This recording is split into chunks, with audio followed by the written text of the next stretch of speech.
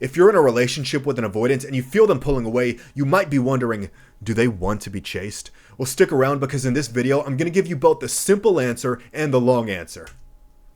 If you're new to attachment theory, there's 4 main attachment styles that we cover. There is only one secure attachment style, and that is the secure attachment style. The rest of them are insecure. The anxious preoccupied is preoccupied with a relationship or the idea of a relationship. The dismissive avoidant fears closeness and intimacy. They crave these things, but they also fear them.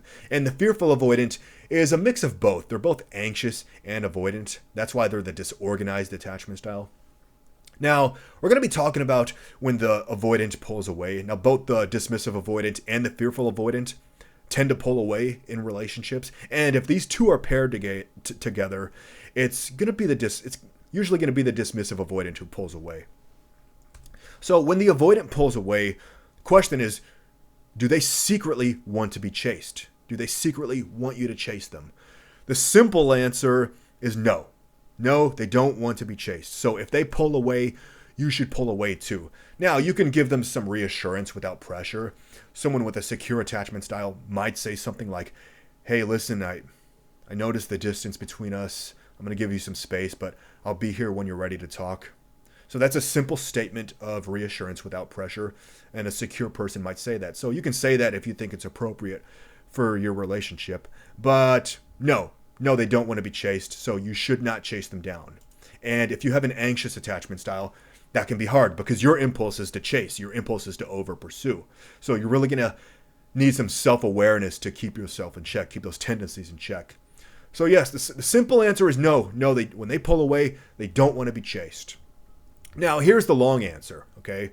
Again, the question is, when the avoidant pulls away, do they secretly want you to chase them? We know the simple answer is no. Here's the long answer. The long answer is eventually. So let me explain that. Now, first of all, avoidants are not bad people, right? They don't have ill intent the way a narcissist does. Now, I'm not saying I agree with all of the behaviors of an avoidant, but they process emotions differently from an anxious attachment style, from a secure attachment style.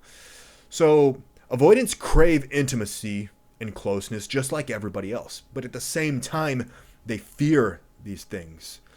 So it's like a constant battle, okay?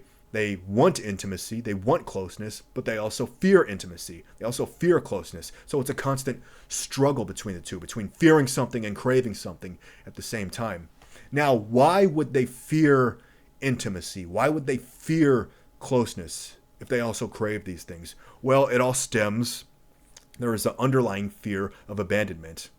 It all stems down to the fear of abandonment. Now, there is a misconception that fear of abandonment is exclusive to the anxious preoccupied. But the truth is, all of these insecure attachment styles have a fear of abandonment. They just handle it differently. The way an avoidant is going to handle fear of abandonment is they see the possibility of abandonment as a threat, and they want to keep their distance from that threat. So they respond by pulling away. So they pull away because a fear is being triggered. Fear of intimacy, fear of closeness, and underneath those fears is the underlying fear of abandonment. That's why the avoidant pulls away, because those fears are being triggered one after the other. So when they pull away, they need time and space for those fears to settle. Now, depending on the specific circumstances of the relationship, this can take a few days, it can take a few months. It's going to be different for every relationship, right? Was it a subtle pull away? Did they subtly pull away? Or was there a big breakup, a big argument, a big conflict? It's going to be different for every relationship. But the point is, they need time and space for those fears to settle. Okay, they need time on their own to process their emotions. So you cannot chase them down when their fears are being activated, right? Right now, they're overwhelmed. During this period, they're overwhelmed with emotion. So this is where you need to take a step back, come back to yourself, and give them time and space for those fears to settle. Now, what's going to happen is during this period where they have time, you leave them alone, you don't contact them, and they have this time and space for themselves to let their fears settle. What's going to happen is, over time, once those fears are settled, then they're going to start to notice your absence. And if the feelings are still there, again, different for every relationship, but if the feelings are still there for you, for the relationship, especially if it was a serious relationship, then the avoidant will start to miss you. right? But they'll be hesitant to reach out because reaching out requires them to be vulnerable, and they don't like to be vulnerable. So this is the part where they kind of want you to pursue them. They kind of want you to chase them, right? They kind of want you to reach out because now they've had enough time, their fears are settled, and now they're starting to miss you. They're starting to miss that attention and affection that you were showing them. And now they're ready to receive it because now they've had time to recharge, right? They're recharged. Their fears are settled. They're good now. Now they're ready to receive your attention, your affection. This is the part where they kind of want you to chase them, right? And over time, right, they may miss you even more.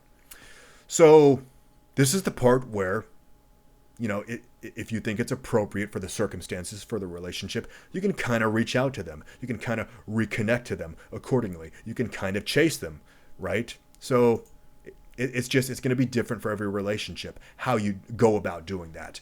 Whether you call them, message them, but reconnect accordingly if you want, if it's appropriate, if there is still something there for the relationship. Now, if it was this big breakup, this big dramatic breakup, then you probably just want to get yourself to a point where you no longer care about this question of whether or not they want you to chase them, right? Or you could just leave it alone and just let them come to you if they want. Meanwhile, you're focused on yourself and you're focused on your own life, right? So that's the long answer. So I hope that clears things up, and I hope I brought some good into your life today. If so, please like and subscribe, and please continue to share your stories. Have you ever had an experience like this, right? Particularly if you're an avoidant, share your experiences after enough time, after enough space, after you've had time for your emotions to process. Did you kind of want your partner to kind of chase you again, to reach out to you and reconnect? Please let me know in the comments. And if you think this video might help somebody, please share it with them. And until next time, you take care. I'll see you in the next.